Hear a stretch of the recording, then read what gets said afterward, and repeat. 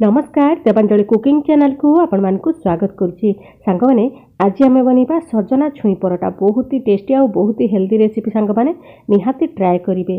तेबे चलतु आरंभ करवा ये स्वादिष्ट रेसिपी को। प्रथमे आम प्रेसर कुकर रे गोटे ग्लास पानी को गरम कर नवा से सजना छुई को छोट छोट करके काटिकी एथिरे देइदबा। देखंतु आपणक परिमाण अनुसार आपण कम बेसी करि पारिबे। एबे आम आधा चामच खंडे लूण पकईदबा जहाँद्वारा शीघ्र सिझी पार। एबे आम प्रेसर को लॉक करके सजना छुई को सिझापी दबा।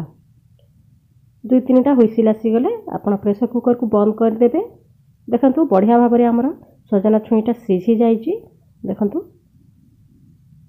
एबे आम मेसर साहाय्य याकू भल भाव में दड़ी दबा जहाँद्वारा कि चोपारे जो सब पल्प अच्छी से गुड़ाक बाहरी आसब। देखंतु ये भड़िया सबको मैश करदबा। तापरे एबे आमे छाणी नबा। देखंतु बढ़िया भाव में आमर पानीटा बाहरी जाइए सजना छुईरू। एबे चलतु अटा दलिबा। आपण निज परिमाण अनुसार अटा नहीं जिबे। सेथिरे दे देबा कटा पियाज। एबे आमे एथिरे दे देबा अल्प टिके कंचा लंका निज टेस्ट अनुसार आपण पकई पारिबे किंबा स्किप मध्य करि देबे। एबे आमे एथिरे धनिया पत्र दे देबा। बहुत ही बढ़िया वासना दे थाए निहाती पकईबे धनिया पत्र। तापरे दे देबा अल्प टिके कसूरी मेथी। एबे आमे एथिरे दे देबा आधा चामच हळदी गुंड, आधा चामच एथिरे दे देबा लंका गुंड। सुंदर कलर संग को टेस्ट मध्य बहुत बढ़िया आसी थाए। एबे आमे एथिरे गरम मसला गोटे चामच दे देबा। एबे ए सब को भल भाव में मिक्स करि देबा। सांग माने मु लूण देइनी काहेकि ना आमे सजना छुई को जो सिझेइथिलु सेई टाइम रे लूण देइछु सेथिरे लागिथिबो सेति पई आउ लूण देबार आवश्यकता नाही। एबे आमे अल्प अल्प पानी देकी याकू चकटी नबा। सांग माने ए रेसिपीटा मु थरे एमती रील्स रे देखी थी जे नरेंद्र मोदी कही थिले आमर जो पीएम नरेंद्र मोदी अछंती सी आमर कही थिले कि तांको बहुत पसंद एई परोटा। तो मु ट्राए कली बहुत बढ़िया लगिला सेति पई भाबिली कि आपण मानक सहित शेयर करि देबी। बहुत ही टेस्टी और हेल्दी रेसिपी मध्य घरे मध्य आमर बहुत पसंद करिकि खाइले सेति पई भाबिली कि आपण माने मध्य घरे बनेकी खाइ परिबे आ बहुत सहज मध्य हेई थाए। एबे भल भाव में चकटी नवा जमती आम अटा चकटू। आपण ये पियाज ये गुंड मसला सब स्किप कले भी चलिबो किंतु देले टेस्ट लगी था सेति पई मु पकेइछि। देखंतु आमर 20 मिनिट खने मु रेस्ट नवा पई रखी देइथिली।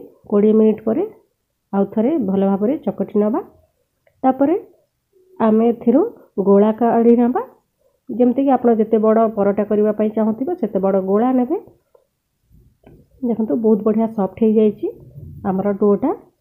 किसी समय रेस्ट देले अटार डोटा बहुत सॉफ्ट हो जाए। निहाती आप रेस्ट नापी देवे आगरू टिके चकटिकी रखीदे। एबे आम अल्प टिके पीढ़ारे देदेबा गुंड अटा गुंड देकी एबे नॉर्मल जमीती आम परोटा बनाऊ सेमती ही परोटा बेलिबा। सांग माने आशा करुच्ची भिडियोटी आपण मानकु पसंद आसीथिबो। एभलिया नुआ नुआ भिडियो देखिबा पई प्लीज देवांजलि कुकिंग चैनल को सब्सक्राइब कर दियंतु। निज फ्रेंड मानक सहित मध्य शेयर कर दियंतु। आउ ए परोटा निहाती घरे बनईकी देखंतु टेस्ट लागिला मते कमेंट बॉक्स रे निश्चय जणांतु। देखंतु एमती परोटा बेली नबा। आपण जो शेप रे मध्य बेली पारिबे मन्ती गोल आकार रे बेलीची। देखंतु बेसी मोटा रखिबेनी कि बेसी पतला रखिबेनी ए भलिया देखंतु रखिछि मु। एबे आमे तावा को गरम करिकि देई दबा ए परोटा को। देखंतु तावाटा गरम हो जाइछि। एबे परोटा पकेइबा धीरे धीरे या तल ऊपर कर नवा जहाँद्वारा कि परोटा भल भाव में चारिपटे सिझी पार। टिके अल्प हो आसिले जाइए आम ता उपरे तेल किंबा घी दबा। बटर देले बहुत भल किंबा घी रे बहुत बढ़िया। जदि घी पसंद नुह ताहले आपण टिके तेल मध्य देई पारिबे। मु एटा घी रे करूची। देखंतु टिके टिके एमती स्प्रेड करदेवे ऊपर। तापरे उल्टेकी आउ थरे सेपटे मध्य निहाती लगेइबे।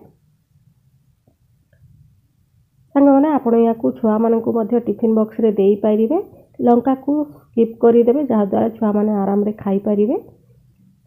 देखंतु बढ़िया भाव में आमर सजना छुई परोटा रेडी हो गला। सांग माने परोटार 2-3टा रेसिपी मध्य अच्छी वीडियो सेक्शन रे आपण माने जाइकी देखि पारिबे। जेमति कि पनीर परोटा आलू परोटा सेगुड़ा को वीडियो अच्छी आपण जाइकी देखि पारिबे।